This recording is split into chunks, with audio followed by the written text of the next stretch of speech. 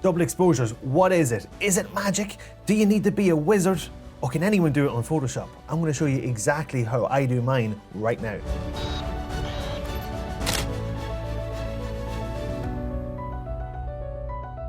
Well, how's it going? I'm Mark Duffy and welcome to my channel. On this channel, I'm going to teach you everything I know from landscape photography to graphic design to even maybe some drumming. Now, I put the question out a while ago on Instagram, what should be my first lesson on YouTube?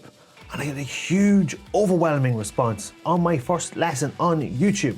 You want to see my face. Not only do you want to see my face, you want to look at my face for the entire lesson. And I have no problem with that. So let's not waste any more time. Let's get looking at this beautiful face. So this is the photo we're going to be working on. As you can see, it's of my pretty face. And inside my face is going to be a shot that I took in Jenkinstown, Forestry, just outside Dundalk, Ireland, where I'm from. Let's have a look at these images and see what we're actually working with. So you can see here, it's just a self-portrait I did one evening in my sitting room, in front of the window, single light. There was no other lights in the scene. Kind of a Rembrandt. Don't fully have the triangle in the eye, but we can get into that at different stages. And before anyone says it, I know, let's point this out. The beard was in its infant stages back then. It's not the beast that it is now. It's okay, it's okay. We all have to start somewhere. So let's have a look at the other image then. Pretty epic. Love it. I love the sun rays. Just this whole scene. Really foggy morning. This is quite late. This is about an hour and a half after sunrise. With them rays, I was lucky on the morning. Really was lucky on the morning to see such a scene. Really nice.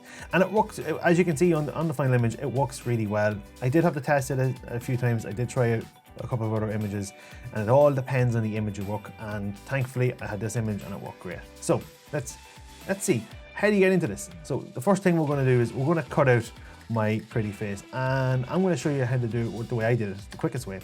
The quick selection tool. So I used W, or you can come down here and it's the fourth option. So we're going to use the curly brackets then to increase or decrease, and we're going to go pretty big because I have a big head. Boom. Now I'm going to go pretty quick on this. You can spend as much time as you need.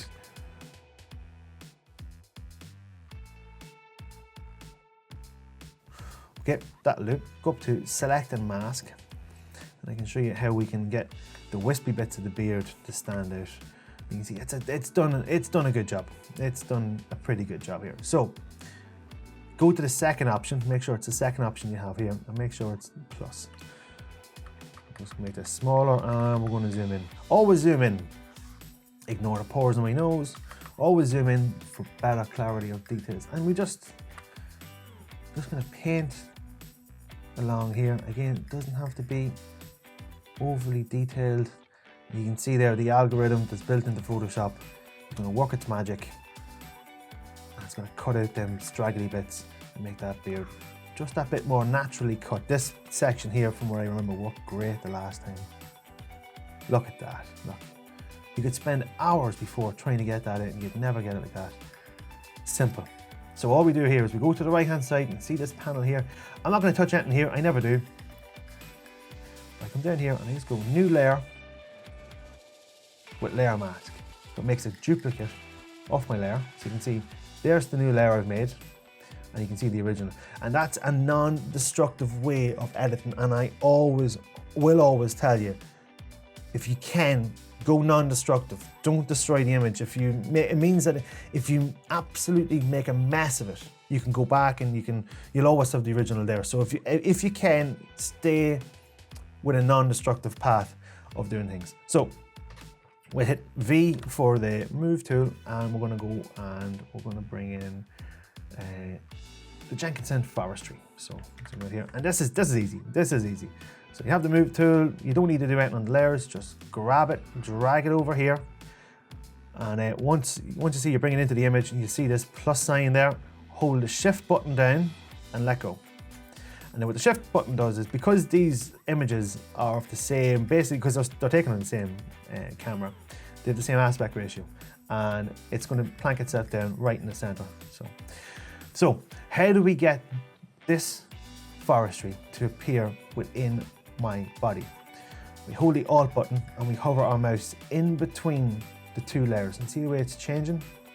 Select it. And there we have it.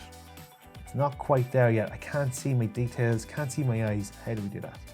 We go to blending options and we select screen. Not bad, eh? Nearly there. In some cases, depending on the contrast that you have on the images, that could be it. That could be all you need to do.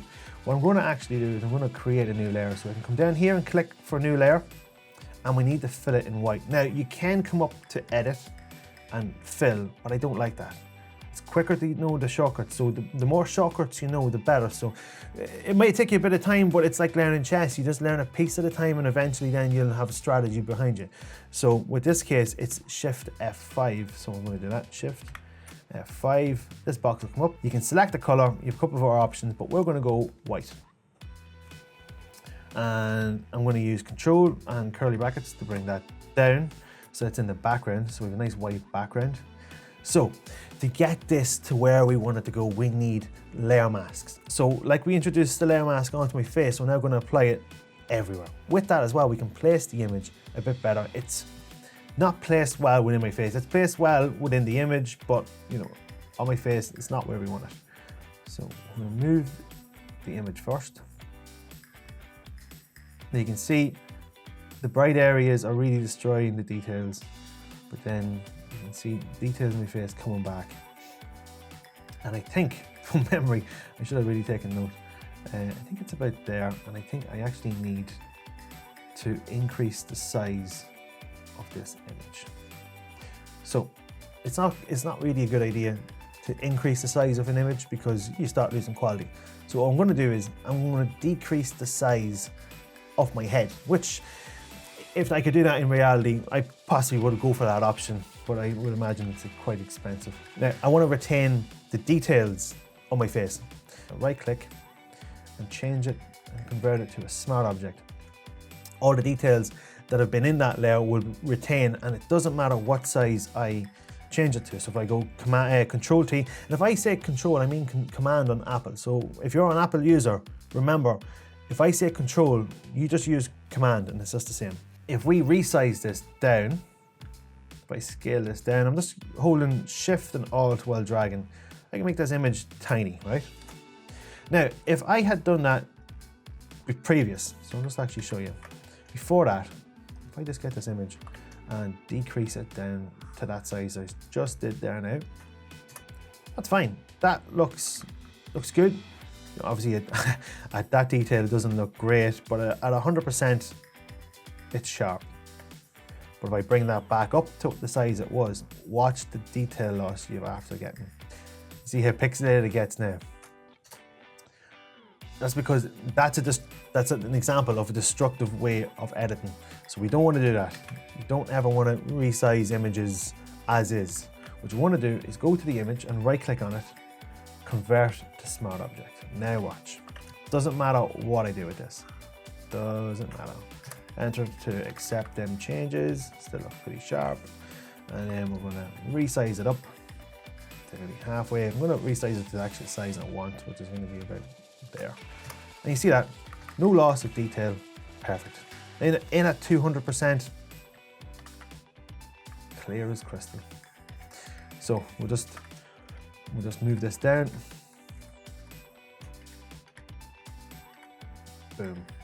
Now we can reposition our Jenkinstown Forestry and make my face look like it exploded with color and detail and dramaticness.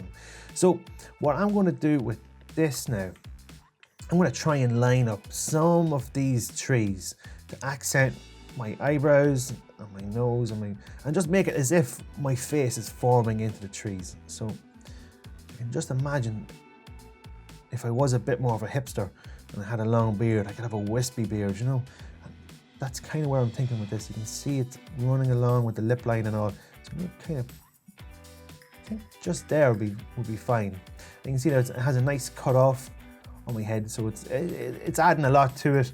You can still see a bit of shape in the ears, a lot of details there. So what we'll do is we'll add a new layer mask. How do you add a new layer mask?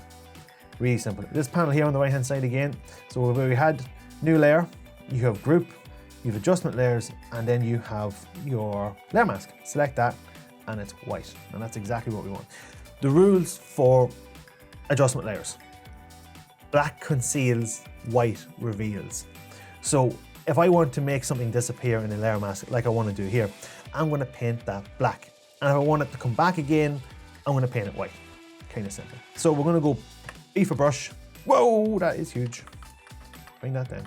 So up here now, I already had these set from the last thing I was working on the other day.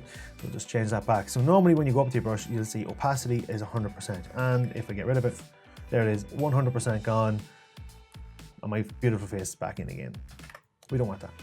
I like to work subtly, and I like to work just gingerly, just add it here and there. I'm just gonna bring in some of these details. Bring the eye back. You can see the 20% is it's just enough, you know, it's just enough to bring in. You just want to bring in a little bit at a time, not too much. Bring that eye. Now I've gone too much around the eye, so we'll just Control Alt Z to take a step back. It's not technically undo, it's just take a step back. And I'm just going to bring that eye back in there. I'm going to reduce this down to 10%. I think that'll be better for this section. Yeah, much better. And then just give a wee hint to an eyebrow. There, lovely. And I'm just getting rid of that there, just to add a bit more contrast to my nose. And a little bit of a nostril nose. Yeah, it's looking pretty good. And give some definition to my lip. So that's all kind of coming. It's, as you can see, it's quite easy and it looks pretty good as is. Bring this back up to 20% again, and we're going to get rid of some of the trees in the ears. So, in here, and the head there as well. Now, the body, we may not need as much trees on the body.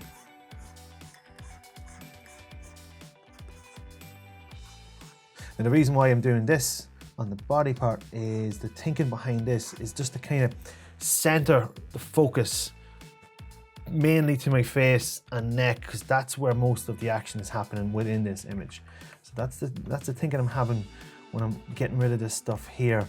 I don't really need the eye to be drawn to the left or right of the image. I always want the image, the eye to be drawn to the center of the image or to the focal point of the image. It could be the left of the image. In this case, it really is this center line of my face. So that looks pretty good, but in parts, the trees could look stronger, and in other parts as well, my face could look stronger. So what you do is you add another layer. So we're going to select my face layer, and we're going to add in another layer here. We're not going to do anything with it. We're still going to leave black.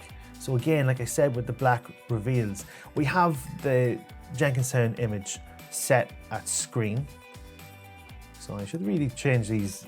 You can name them, you can name files if you want. I don't really get into the habit of it. I have a bad practice of it really, but we all have our bad habits. So call that there. And we'll call the other one BG for background.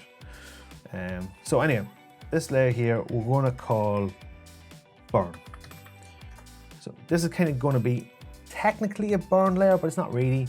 And it's just going to add in details. So the more I darken, and I'm actually going to bring this in maybe 50%. This is going to bring the Jenkinstown layer clearer. This is going to give way more clarity and punch to it. See the way it's punching out? Basically, it's making my face disappear more. That's not the greatest way of explaining what it's doing, but I'm going to stick with it. I'm going to stick with it. So you can see there's a lot more clarity as to what's happening here. I'll just do that there. Make it a bit more. Maybe just a little bit. That 50% just. Nope, too much. Back down to 20. There we go. Still too much. Maybe back down to 10. It's just a guessing game at times. Sometimes it's just a guessing game about what you're doing.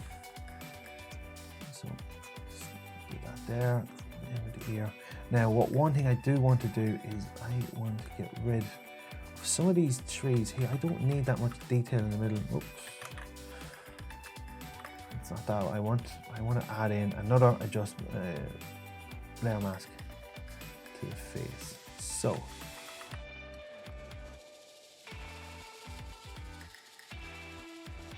what's happening here is I'll make my face disappear, which then gets rid of some of the details I'm seeing with this tree with the Jenkinstown. So if I wanted to get rid of my whole head there, you can see it gets rid of that. I just want to open this gap up a bit more, make it a bit more pronounced, and it could have a bit more of a dramatic feel about it. Now it looks like my head has been cracked wide open. Now, the one thing that I noticed out of this whole thing, there's two things that I've noticed here. One, I don't really like the contrast of this image. I need to add in contrast. And as well as that, I don't like the white background.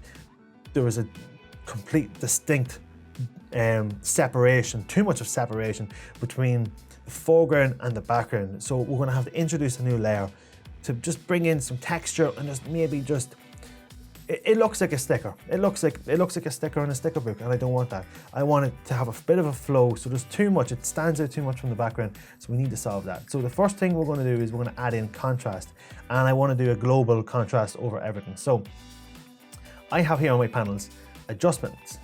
You can just go in here, and we're going to go to curves. I like curves, they're the better ones.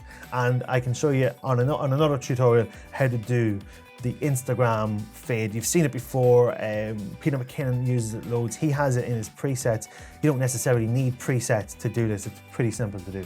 So I just want to add in just a little bit of contrast. So this is your histogram. This works as your histogram, exactly the same. To the left are shadows.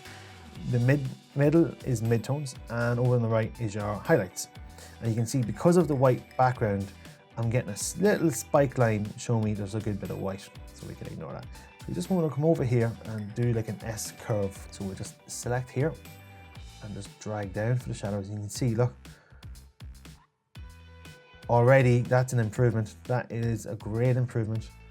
And we'll just increase the highlights a little bit, not too much. Again, slowly does it, slowly does it. You don't need much, you don't need much. Just zoom in a bit more there. So there's the difference, no contrast, contrast.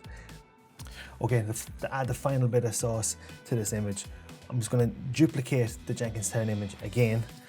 I'm gonna put that into the background. So what we'll do for that is just come up here and select, and we're gonna hold the Alt button and drag down and put it to where we want in the layer panel. I'm going to delete that layer mask. We no longer need that. So delete that.